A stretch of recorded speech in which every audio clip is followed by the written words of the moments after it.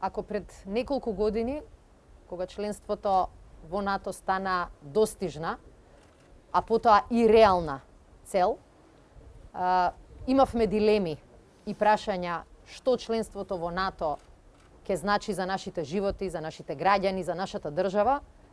Мислам дека и денешниот настан покажува дека тоа ни даде дополнителни шанси кои претходно не ни беа на располагање. Ако пред некоја недела ја добивме првата поголема директна помош од НАТО во форма на респиратори и дополнителен медицински материјал, денеска имаме шанси да видиме дека НАТО инвестира и во напредни технологии кои што ќе ни дадат дополнителен инструмент да се справуваме со кризните состојби. И мислам дека корона кризата ни покажа дека кризните состојби не се нешто на што теоретски треба да се подготвуваме, туку дека навистина се дел од нашиот секојдневен живот. И градењето на капацитетите за кризни состојби е инвестиција во заштита на човечкото здравје и на човечкиот живот. Овој софтвер им дава дополнителна поддршка на сите институции кои што се обврзани да соработуваат. Им дава шанса да бидат побрзи и поефикасни. И во корона кризата, и во сите други природни непогоди или предизвикани од човекот кризи, времето значи живот. Времето е клучен фактор.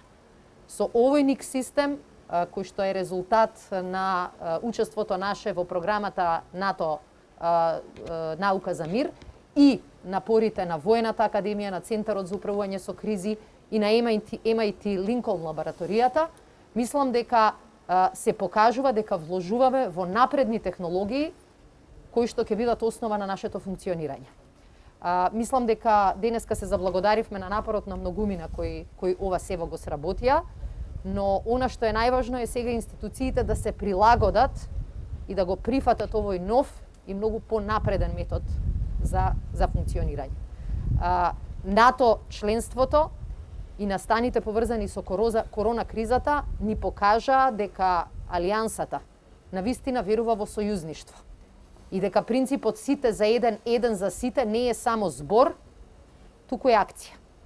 Ние и досега се потпревме на поддршката која што доаѓа од НАТО и од НАТО земјите членки, но на овој начин покажуваме дека НАТО е инвестиција и во домашната наука, бидејќи освен продуктите и освен софтверот кој што беше добиен од страна на Линколн лабораторијата, резултатот е резултат и на наши македонски научници кои што продолжуваат да работат на ваквиот напреден начин на работа.